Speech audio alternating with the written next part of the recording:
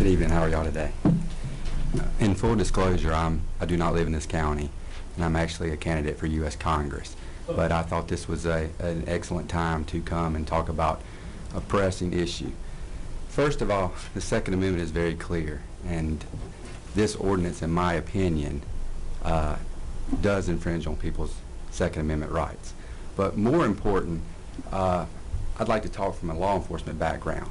I have over 2 decades, 22 years in law enforcement, 4 in the United States Coast Guard as a federal officer, and then 18 at local departments. Now, in fairness, the last 10 of that has been as a reserve police officer down in Alamance County. Again, I'm not from this county.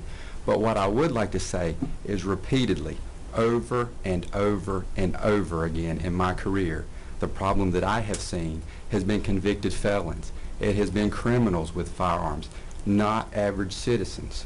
And some people can continue to put their head in the sand if they would like and think that what just happened in San Bernardino can't happen here, but I beg to differ. We have an administration that's lawless, that are not doing their constitutional duties to actually protect American citizens. We have an inept Congress that will not stand up against this administration. And so, y'all may not have any here, but as I speak to you now, we have 59 refugees in my home county, Guilford, right now that we know of. Who knows how many is actually here that we don't know of. So instead of standing up and doing something about it and defunding this, putting a moratorium on it until we get proper checks in place, we just open up the borders and just keep letting people roll in. Many of y'all have jobs like we all do, and maybe you didn't even see today, but today they picked some folks up in Arizona that seem to have terrorist ties that come across the border. We don't have a... So it's just a matter of time before some of this radical Islamic terrorists come to a community, including this one. They're spreading out more and more every day. But a few things that was said here today that I specifically want to address.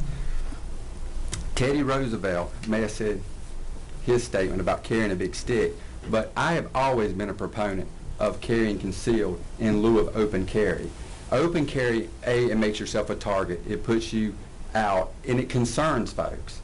In fairness, I was down in Durham like 3 or 4 months ago, and there were some open carry folks down there. And that brings me a much more concern than somebody just concealing their weapon and going about their business. As we like to say in law enforcement, conceal your weapon and nobody will know. If they know, it's because we needed to take action.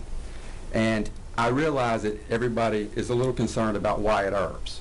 Well, I would take my chances with Wyatt Earp any day over somebody just coming in and just open house on everybody in a building. I spent 4 years specifically in middle schools as a school resource officer. And on the campaign trail this past week, I had a teacher come up to me and she said, "You're the best SRO I've ever had." And when you were in that school, we felt safe. The problem with that is, a great example of that, and I know we're not talking about schools here, is I wasn't always there. I had court, I would have to have training, various things come up. So law enforcement are certainly not stationed in a lot of the places that would particularly be pertaining to here. But criminals do not care. They could care less about your sign that you post at a door. I promise you, a convicted felon does not care. They know that we have an administration that may not even prosecute them. Certainly not going to keep them in jail. We have enough laws in the books already without moving forward. This isn't talking about adding laws. This is talking about repealing part of one. Again, I don't live in this county, so this doesn't necessarily directly affect me, but I will have to, kind of in conclusion here say, if anybody in San Bernardino in that DSS office or close by would have had a firearm, there would have been a drastically different deal that day. And I promise you, and it may not happen here today, it may not happen here tomorrow, but somewhere down the road, this will become an increasing issue. Y'all don't have the budget, I'm sure you don't, to put officers, as the one gentleman, a couple in front of me was saying, at all these different locations. I have no doubt you physically do not have that funding. And as a constitutionalist and a conservative, I hope you don't have that funding because there's better way. So I just would really put it upon y'all to think very carefully about what is being presented today and really take that to heart. Thank you all very much. I appreciate it.